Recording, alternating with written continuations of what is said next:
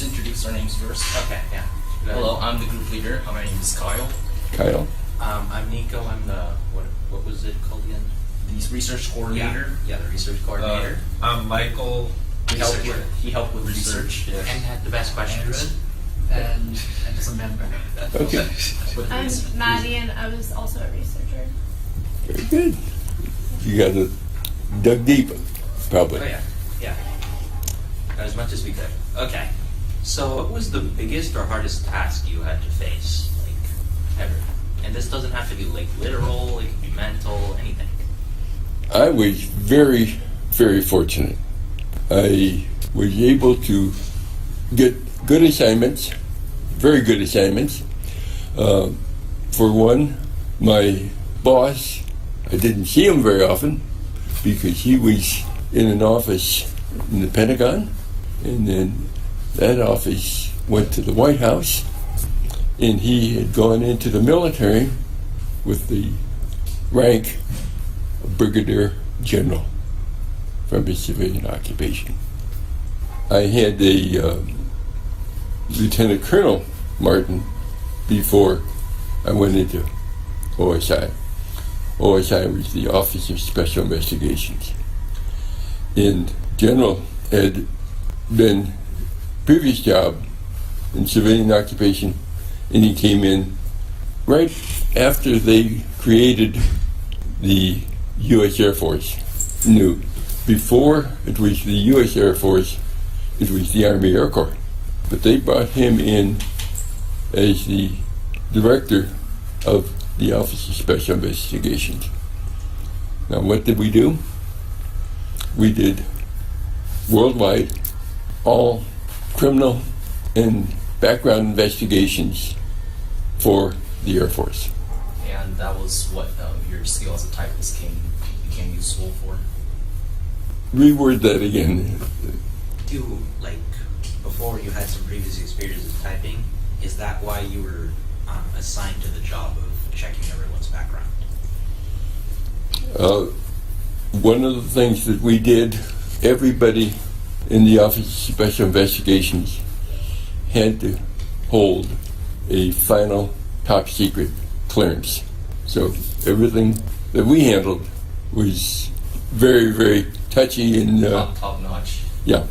If you didn't meet our standards, you didn't work in OSI.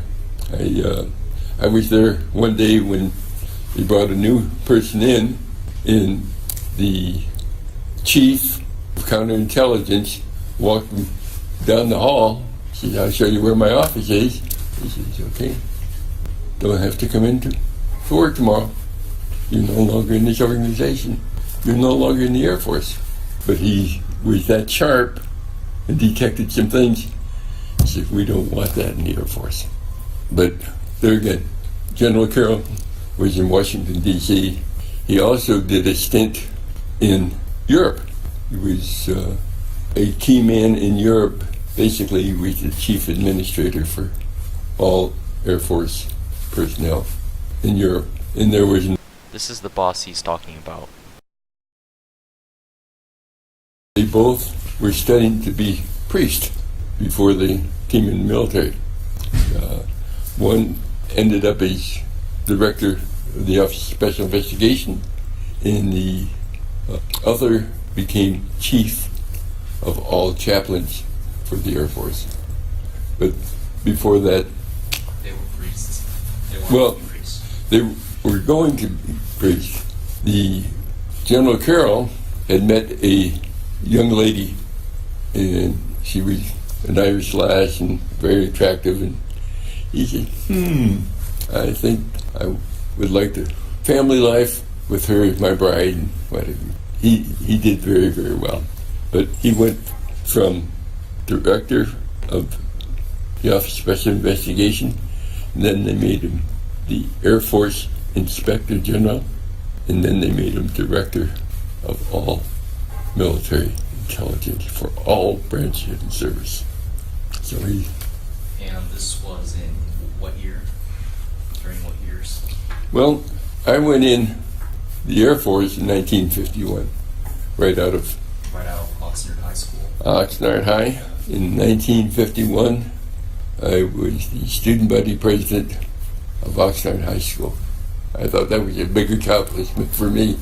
But I had gone through a divorce and remarried later in life. But I lived and worked while I was in the military in Maywood, Huntington Park area.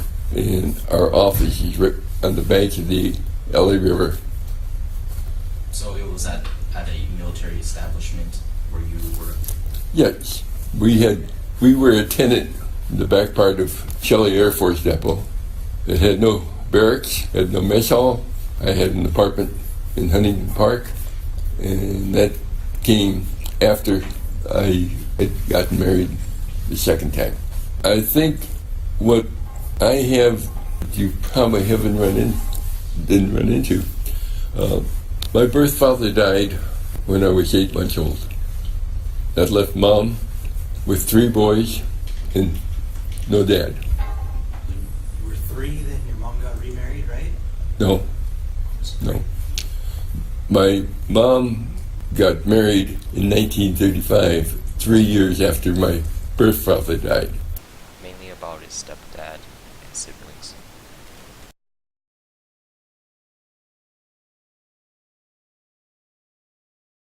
I didn't even know my birth father. I was only 8 months old when he died. My stepdad, he had joined the Coast Guard. Moynihan's stepdad and his records in the Coast Guard.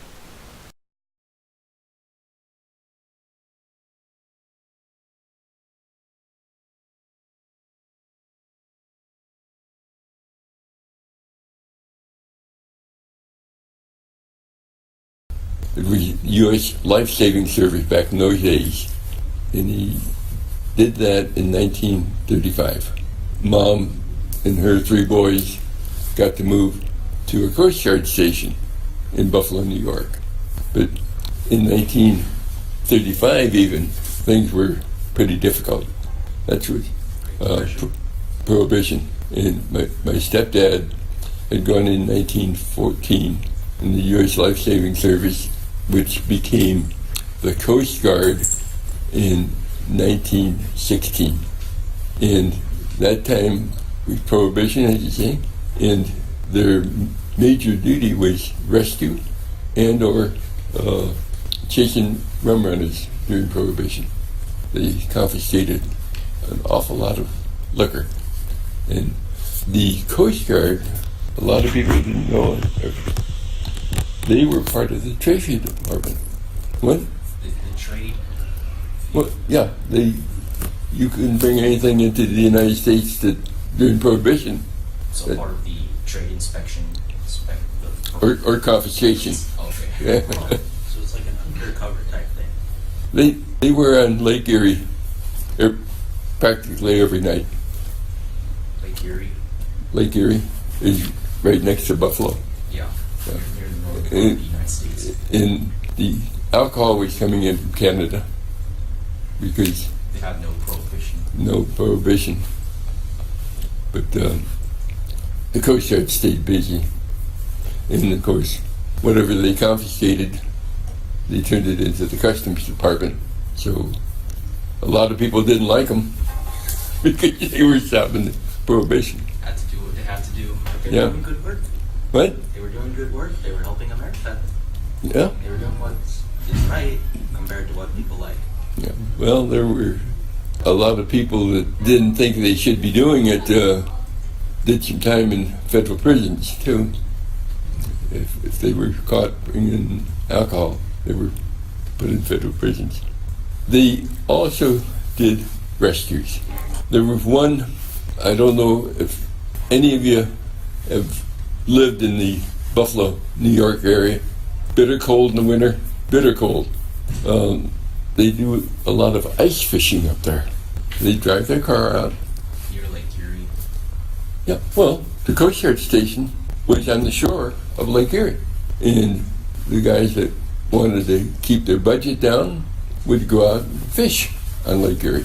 But also, if it gets real cold and the cars can't start up when they want to go back in to The inner part of the city, there was one evening, there were 100 automobiles that were inhabited, and they couldn't get the fishermen off the ice floes because the ice was breaking off in chunks behind them. The Coast Guard got all 100 people that were on those ice floes off the ice and back to land. But an easy job, colder than hell. Also at that time, I moved when my mom married my stepdad from the Coast Guard, from where we were living in downtown, or close to downtown, to the Coast Guard city. And it was a 2-story building, very, very nice quarters, but instead of having maybe 15 or 20 military people, there were some things happening in Europe, and all of a sudden we had almost 1,000 recruits on the base because there was a guy over in Europe raising hell. It's this guy. And these guys came out, put on white hats, and became sailors. And we had about almost 1,000 recruits on the base in a big, I can remember it, they called it the parade ground, but the parade ground, the surface was cinders, burnt cinders out of the steel mills. It was all crushed, but they marched and practiced their drills and what have you on that. And then they brought in a cruise ship at the other end of the base, remodeled the cruise ship where they accommodate 1,000 people that were there. That was pretty interesting. And I'm maybe off-tracking a little bit. I'll track as much as you want. Okay. These and a few of those are a little bit more local. I'm part of the adoption committee for the city of Mission Viejo. Back in 2006, the city of Mission Viejo adopted Headquarters Battalion, 1st Marine Division. That's about 8,000 people, Marines, living and working at Camp Pendleton. The people of Mission Viejo, the community of 100,000 people, and a lot of those Marines have got kids. They weren't getting an awful lot of pay, so the city of Mission Viejo adopted in our Headquarters Battalion these almost 8,000 military people and their families. He's been doing things for the Marines of Camp Pendleton.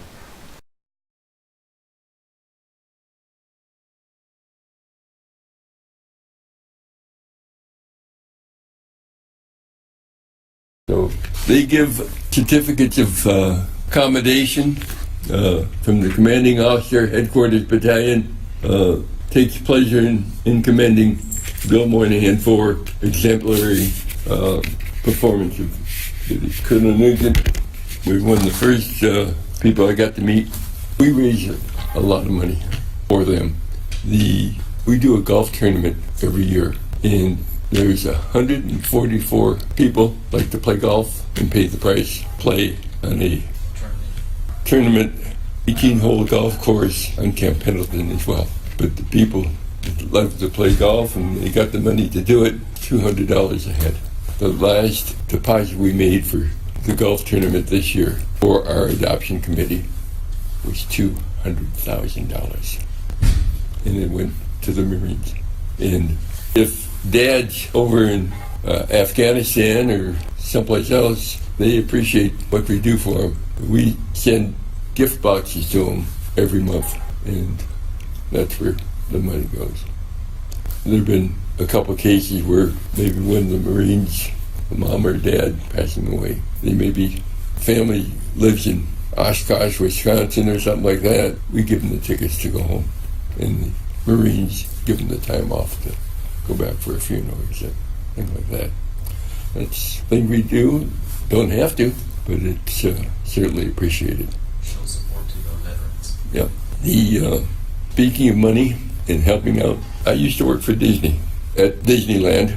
I asked some of the Marines on Camp Pendleton, what kind of a discount does Disney give you when you want to take your kids to Disneyland? What do you think they discounted the tickets for? It was $2. Only $2.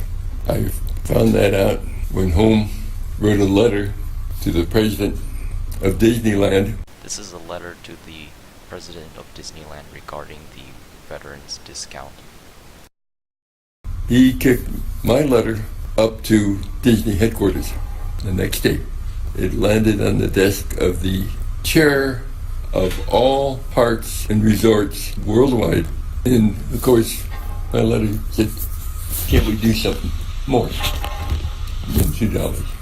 Well, instead of a $2 discount, and it took some time to go through all the chain of command, they changed, instead of getting a $2 discount, they gave them the tickets at half price. And the tickets costed how much originally? Now it's about 150, I think, 160. Yeah. We figured it is in the millions of dollars. Millions of dollars that they kicked in. Pretty proud that I wrote somebody, or it landed in the proper hands. He ended up shortly after the move, and he became the chief operating officer of the Disney Corporation. CEO. COO, chief operating officer. Yeah. And but he left Disney. He was told the chairman of the board was getting up there in years, so they were going to make the chief operating officer the next chairman of the board.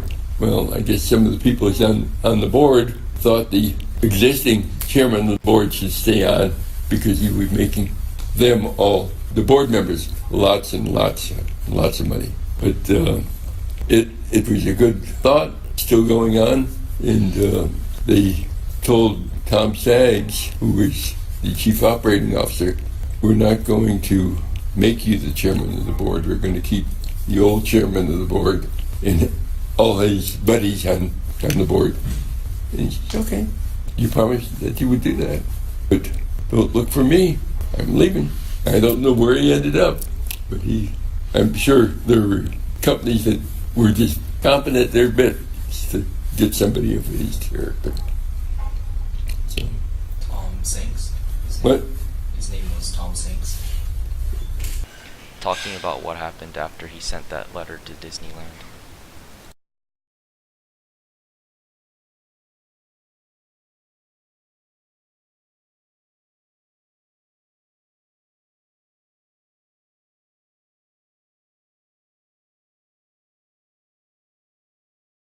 Tom Staggs. Tom Sinks. Tom Staggs, and he was in his 30s, I think, not very, very old. He had gone in originally in the finance end of the operation. I never met him, never saw him, never met him, but he got the job done, and very, very proud that that did happen. So several people, when they found out that Disney changed their mind, in appreciation of your selfless contribution to the service members and families stationed aboard Marine Corps installation, West Marine Corps Base, Camp Pendleton, thank you for the difference you make. That didn't come with any cash bonus to me, but I'm very, very happy that, yeah. The Disney periodically has some rewards that they put out. The Marine Corps gave me, I think I have a total of 8 commendations from the Marine Corps. Hats off to you, Mr. Moynihan. Another thing that did happen, and I was very, very honored, Spirit of Disney Awards, the big one there is from California Assembly and State Senate, the Assembly. You see the top. That came from Sacramento. Another one from the city of Mission Viejo. So other people found out what we were willing to do, and I was honored to have received those awards. Okay, now I've got all kinds of things they said you may want.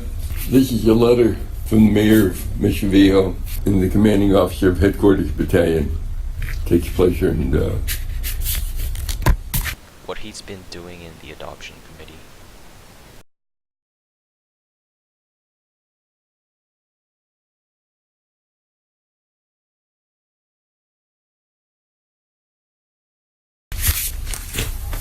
Okay. I've got scads of things there that not too many people in the city of Mission Viejo have been honored with such things, but very nice. My stepdad had, I would say, there was one, told you about the fishermen where they ended up on ice floes.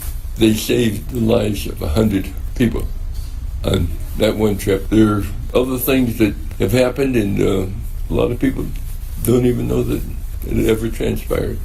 So, and I'm not complaining about that or whatever, but the way I was treated at Disney for what I did, I'm pretty proud of it. I have an individual who went in the Navy, ended up at the Naval Academy. He played football. There was a guy that was standing behind him. They gave him, what was it, Heisman Trophy? Yeah, but he also played for the Cowboys. Dallas Cowboys. Yeah. But he lives 2 doors from me. But he was the guy that was standing behind him, holding that ball. And he ended up selling automobiles now. Okay, this is a letter. My dad, as you say, he went in 1914 in the U.S. Life Saving Service. They then changed it to the Coast Guard.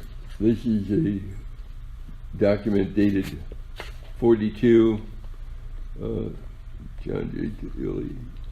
September 1916.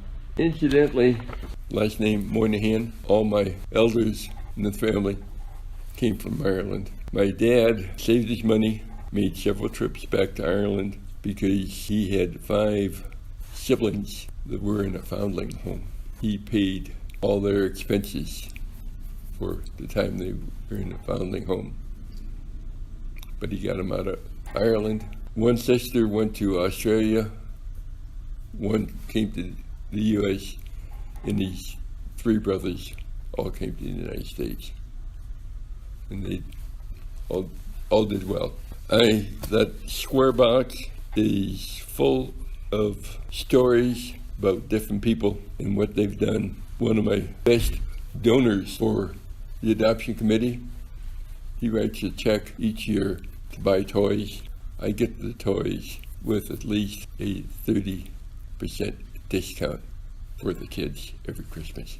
The individual I was talking about, he survived the Bataan Death March in the Philippines, and he was in a concentration camp on the Philippines, and it was pretty difficult because they shipped him to Japan, and he was in a concentration camp in Japan, and the Japanese people did not sign or were never a part of the Geneva Agreement. Story of the guy who survived the Bataan Death March. So they could torture at will. This gentleman, he was in the concentration camp till the war ended, and then he became a very successful business person.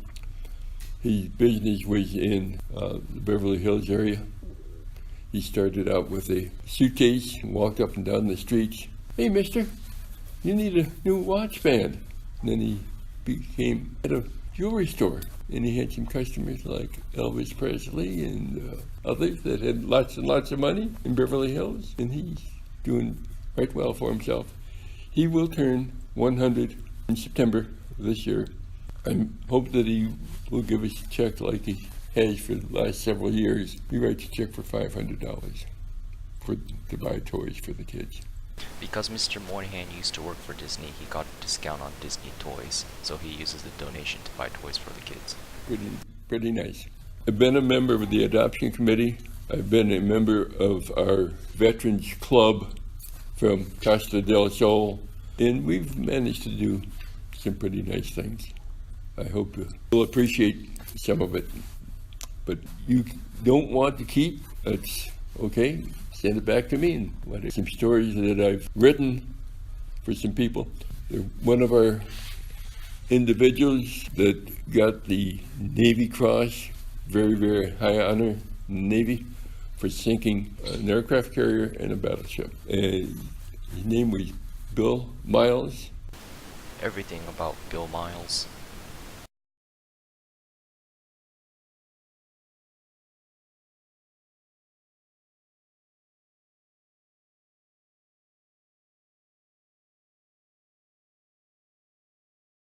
He had a license to fly airplanes at age 18, and the aircraft carrier covered the battleship, and he put 2,000-pound bomb right down the smokestack. Next day, he got another ship. He got 2 Navy Crosses. They made him a Rear Admiral very early on, and he received another award, and I can't remember. He lived in Costa del Sol, and they gave him another award 2 weeks before his 200th birthday. Did a lot of good things, and I'm sure, I hope you find some good reading there that became part of our communities. We have our own newspaper in Costa del Sol, and I wrote a lot of stories. This is like just a quick question. So I know how you weren't actually ever sent into battle, but were you ever like afraid that they would decide to send you in? No. First of all, I was married, and being in OSI, they kept you around special property. It took them almost 6 months just to do my background investigation. We were considered pretty nice property. Well, kind of on that note, so when you joined, like, were like your parents like, did they have any like specific reactions, or did any of your brothers join or anything? Or? There were 5 boys in the family. 5 boys served. Yep.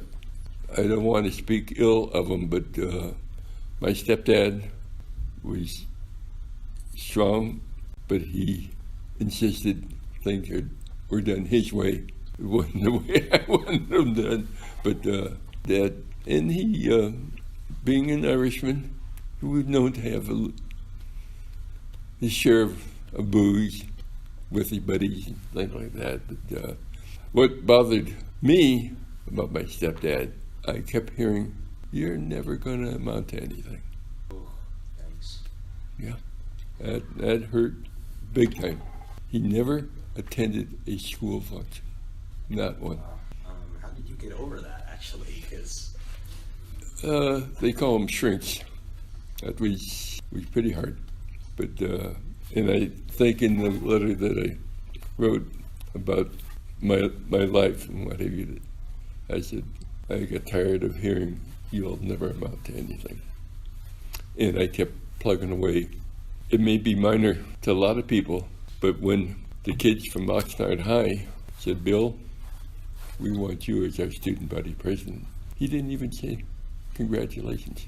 So no, actually, so you were doing background checks on everyone. Did you enjoy doing that? I did very little actual investigation, even though I was part of the OSI. I was an administrator, and I ran the orderly room. We had 28 clerk typists, all females, but they felt that what I was doing in running that orderly room, basically being the chief clerk, where we probably had 85 people in the district office, and they said, "Hey, you're doing your job, you're doing it well." That was it.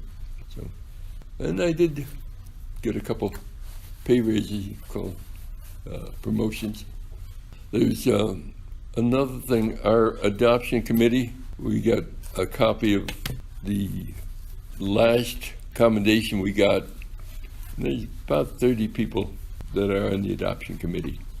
But the one for last year, we were credited 30 some odd participants in the adoption committee for putting in 6,400 hours per person.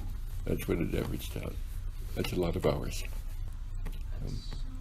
Dedication.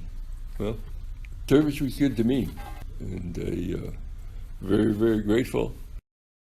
At this point, the camera stopped recording, and it took a few minutes to notice that the camera wasn't recording. I turned it back on. A lot of people, for example, one of the things that they gave you in the military was you could buy military insurance. It was cheap and whatever. I kept mine. I had a brother. I see, all 5 boys served. One, my brother Mike, he was just about to graduate from Long Beach State Friday before Christmas, and just less than 10 days away from Christmas, he was killed by a drunk driver. And it was right on the edge of Compton, and the fire department came out.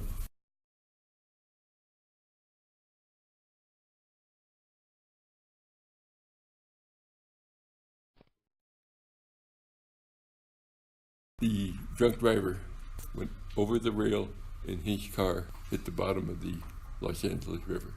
He didn't do very well either. Let's see, it's hard to get over things like that. So it took me a long time to get over that. Probably years. And I say, spent a lot of time in the psychiatrist's office. Hate to even talk about it because it was so hard at the time. His wife, she died about 6 months after her funeral. The maternal grandparents helped out a lot. They became farmers up in the San Joaquin Valley. And the granddaughter of that marriage, she's never been able to walk. Her mother died, and the baby, who is now 50 years old or so, they put her in bed with a crane. And you want to be able to help and do more, but it's some things you can do and some you can't. You probably picked a bad guy to talk to. No, you're great. You just keep talking and talking. That's fantastic. I've been very, very lucky with my family. There were 5 boys in the family. There's only 2 of us left. But I'm up in years too. Anybody wanted to take a guess at my age? You said 53 for your son, so 78. you got remarried, so that gives you a little bit of gap of time, so 86. We've been married 47 years. 47 years. I'm 86. Torture you. You got it. Well, I guess 86. Oh, you guessed 86. Okay. Yeah, I couldn't guess, but I was trying to get the math down. Okay. So, all your jobs of with first the military, with the adoption administration, and what's the other one? Oh yeah, Disneyland, of course. What did you get out of it personally? What did those 3 things? How did those things change who you are today, essentially? Well, believe me, all these things here made me feel good, and that's probably underplaying it. But as you say, to have the family that I've had and to have gone through the divorce that wasn't very friendly. I've been married to this lady 47 years, and I worked with her. She was a widow of a guy that I worked with on the railroad. It was a good match for us. I'm sure that she's had to go through some disappointments. She's been very good for me. What was your training like for doing all those ministry and office duties? I was in the Air Force, of course. was very, very lucky. Had good, fantastic supervisors, especially the big boss, General Carroll. And I have probably a half dozen copies of his life's work, FBI and what have you. Got that from Wikipedia or something like that. It'd be interesting reading. You guys are on overtime, aren't you? As long as you want to be here, we'll be here. I think. Preferably until 2:45. Okay, well then 5 more minutes. Okay, sorry, I was just enjoying this, you know. What? It's good stories. Yeah, It's a great opportunity. We've for learned you to share about your- it in history, but we haven't seen it like actually on a person, you know? Mm-hmm. All right. Being someone who experienced firsthand both the start and the end of the Cold War, what did you feel when you heard that it ended in 1991? I probably wasn't impacted that much. I work in a lot of hours. I've never been real strong on politics. You weren't touched by it Well, that much. no. What was it like growing up during the Great Depression in World War II? Well, I came into the military in 1951 and was out in 55. I got lucky, was able to find a job, and basically we were able to provide for our families. I lost a lot of family members, and that's always hard to get over. All right, let's close it up. The final question: would you do it all over again for yourself and/or for America? If I could end up like I have to this day, not trying to be emotional or anything, but the good Lord has blessed me, believe me, and I'll just leave it at that, because I don't know that I could have it any better, especially with the family I have. And The Moynihan clan in 1990. The names will be read off from left to right. Back row we got Elaine and Robert Osborne, Joe Drew with cap on, Jerry Moynihan, Francis Daly, Margaret and John Hamill, Martin Daly, Karen and Mike Haggerty. The middle row, Bill and Dorothy Moynihan, Jack Daly, Debbie Drew, Lois Moynihan, Stephanie Daly, Kathy and Terry Mason with baby Laura. The front row, the Van Vliers Lisa, Bill, Andrew, Laura, Karen Drew, Grandma Daly, Laura, and Aaron Hamill, Tara Mason, Carrie, and Aaron Haggerty.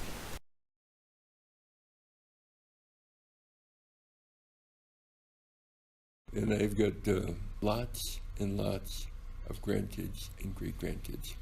I have over 20 grandkids, 8 great-grandchildren, and what more could you ask for? And the kids have done well for themselves.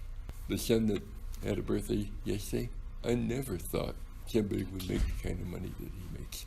He's in sales, and he sells $1 million property. All right, I feel that this sums up the whole interview.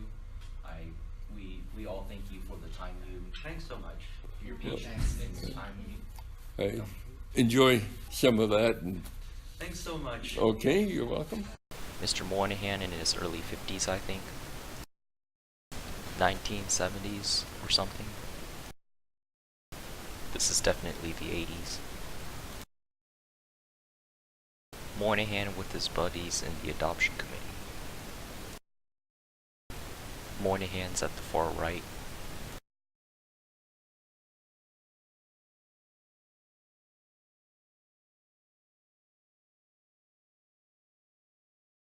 Hi, I'm Kyle Jeng. I was the group leader. I appreciate the time Mr. Moynihan spent with us to give us his story. I hope you enjoyed my video that I put together. Thank you.